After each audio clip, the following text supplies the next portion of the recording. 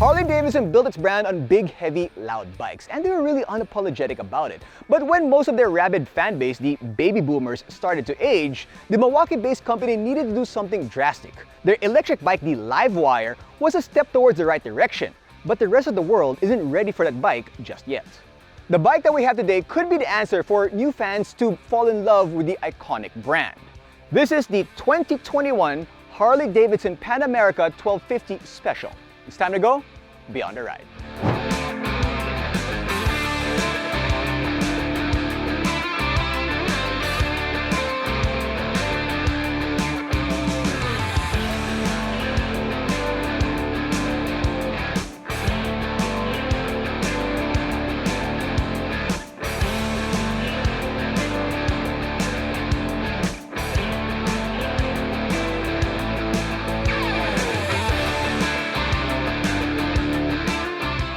Growing up as a kid, Harley-Davidson was really the only motorcycle brand I knew, and it seemed like they were making the same type of motorcycle since 1903. So when I found out that they were making an adventure bike, I was really curious and slightly skeptical. But since I picked up the bike in the showroom, I've been really impressed, especially since this is the first time they tried something in this really competitive segment, usually dominated by premium brands such as BMW, Ducati, and KTM. Right off the bat, first impression, it looks absolutely fantastic.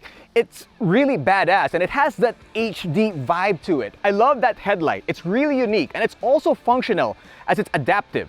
So if you lean the bike on a turn, it'll illuminate the direction you're going. Sure, that's pretty standard with most premium ADVs out in the market today, but it's nice that Harley included it in this bike. When you look at the profile of the bike, of course you see that iconic Harley-Davidson V-Twin, but this is an updated version of that engine. Harley-Davidson calls it the Revolution Max, a 1,252cc liquid-cooled powertrain that punches out 150 horsepower and 128 Nm of torque. Stopping power is provided by radially mounted monoblock 4-piston Brembo caliper at the front and a floating single-piston caliper at the rear, both with ABS. Keeping bumps at bay, you have a 47mm inverted fork at the front and a piggyback monoshock at the rear. More on the suspension in a bit. I love the look of the wheels as well. You got 19 at the front, 17 at the back, and these are tubeless. The spokes are inserted through the aluminum wheel rim outside the tire bead. It is an ADV, so you do need spoke wheels, and with this system, you can have the spoke wheels and be tubeless as well. The fuel tank capacity is 21 liters and you can get about 19 kilometers per liter. For a big displacement adventure bike, that's pretty impressive. For a Harley-Davidson, that's unheard of. The wet weight of the bike is 252 kilograms, which is a little heavy, so you do need to get used to that. Now, some other ADVs that we've showcased here on MotoDeal, the weight of the bikes, such as the KTM 790 and the BMW GS 1250, are down low. This one is somewhere about here, so you will need some time to get used to the weight of this bike. This is the TFT system of the Pan America 1250. It is touchscreen, which I do enjoy, and it gives you all the necessary information and the changing of the riding modes, such as rain, road, sport, off-road, and you can customize that as well to the type of riding that you want to do. Something that I kind of wish that Harley-Davidson changed was the size of the font of some of the information of this bike. I mean, let's be honest, a lot of the people going to be riding this bike don't have clear 20/20 vision. Partly because of age, maybe? But some of the font, it's like size 7. Like, I have to be this close to read some of them. You have a ground clearance of 210 millimeters and a seat height of 790 millimeters. And you may be wondering, how does an adventure bike this big have a seat height of 790 millimeters? Allow me to explain. Of all the tech Harley-Davidson put into this bike, this could be the icing on top. It's called the adaptive ride height. And what it does is the bike will lower the seat when it's stopped. And when you start moving again, the bike will rise once more. That way, you don't need to make major adjustments if you want the bike lower. If you're not very tall, of course. Now, if you're 6 feet tall, this really isn't a big deal. But for somebody my height, about 5'6", the average height of a male Filipino, it's a game changer. You see, when I use adventure bikes, I always request for the low seat option. and for the dealership to adjust the suspension to a lower setting, which doesn't allow me to maximize the bike to its full potential, especially when off-road. With this technology, it does it for me. This could also bring new riders into the world of adventure riding, with the big boys and not the middleweight entry-level ADVs. So let's do a quick demonstration. I don't know if you're going to be able to see it.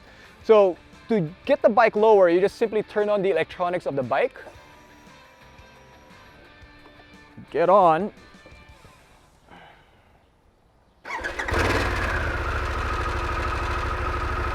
And it is lowering the bike as I speak right now. Since we're here, let's do a quick sound test.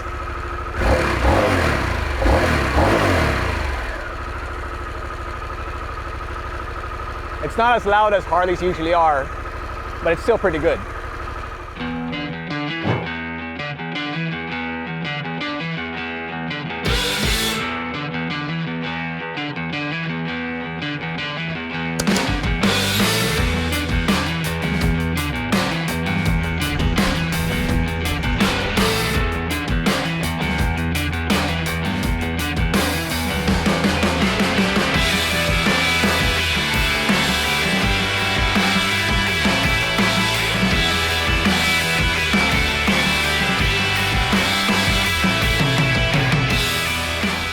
First thing I noticed when sitting in the saddle is that the indicator switch is just on one side of the controls. Other Harley-Davidsons have a switch on both sides of the controls. The left blinker is on the left side and the right blinker is on the right. This is pretty much like every other bike out there, which I prefer. The ergonomics are very similar to other adventure bikes. It's really comfortable, with a commanding stance, and at 5'6", I can ride this bike for a very long time and for long distances. I do wish the handlebars were a little higher when I stand up, but it's still completely manageable. The seat is super comfortable and plush. The windscreen is adjustable, although I kinda had a difficult time adjusting it while on the go. Maybe I'm just not used to it though. Both front and rear brakes work really well, which is confidence-inspiring, especially with a bike this heavy. The 790mm seat height I mentioned earlier is not the actual height when you start riding the bike. At the low setting, when you are on a ride, it's closer to about 830mm, while the high setting is at about 855mm. The electronic seat height system is a game changer. Even if you're a taller rider, it's useful because if you're riding off-road and you stop at an uneven surface, the bike is lower so you can balance it better before you get going. The Revolution Max variable valve timing is pretty impressive. You got lots of torque at low RPM, so when you go off-road, that is really useful. And lots of power at high RPM. So when you're on the expressway, you'll get to ride at speed with no issues, and the bike handles the weight extremely well. Now, since it's a big heavy bike, I expected it to be stable while at speed on the expressway, and it did not disappoint. It's also got a long wheelbase, which helps in keeping it stable. Now, you'd think that the long wheelbase would make it difficult to flick the bike on some twisties, but it isn't. It's actually pretty fun, and quite flickable. You can change modes on the fly, and I was able to test the rain, road, and one of the off-road settings. The bike has two of those settings, plus sport, and custom ones as well. When we got caught in the rain on S-Lex, I just switched to rain mode, and the bike was still planted, and I didn't feel uneasy one bit. I don't know if it's a psychological thing, knowing that I was riding an ADV, but I didn't feel uneasy at all, even when the rain and wind got really strong. It also comes with a steering damper, so in case you want to go full wall mode on some open road, you know you can be sure it'll keep the bike steady. The bike also has a hill hold control, which comes in handy when you are riding up to Baguio, Tagaytay, or even just normal parking structures. The Pan Am does have a lot of safety features, including cornering ABS, drag slip control, cornering adaptive lights, and traction control, among others. It's really loaded with so much tech. I'm super impressed with it. Bill Harley and Arthur Davidson would be proud of this. Now, honestly, I do have a difficult time reading some of the info on the dash. Maybe they can update the size of the font, or maybe it's time for me to get LASIK surgery. As fun as this MC was on the expressway, In provincial roads, on some twisties, and some light off-road areas, it wasn't so great dealing with city traffic, especially in the Philippines. Now, it wasn't impossible, but it was a slight challenge, partly because of the weight of the bike and also because of the weather. Could it be used as a daily bike? Not ideal, but not impossible. Before this bike was launched and before the live wire went a long way up, when I thought of Harley-Davidson, I thought of bike gangs, Hells Angels, Sons of Anarchy, and so on and so forth. This isn't your dad's Harley-Davidson. It's time for the new era, and the Milwaukee Motor Company got off on the right foot. And in my opinion, they really needed this, and they nailed it out of the park. Okay, time for me to head back to Gourmet Farms for some coffee before heading home.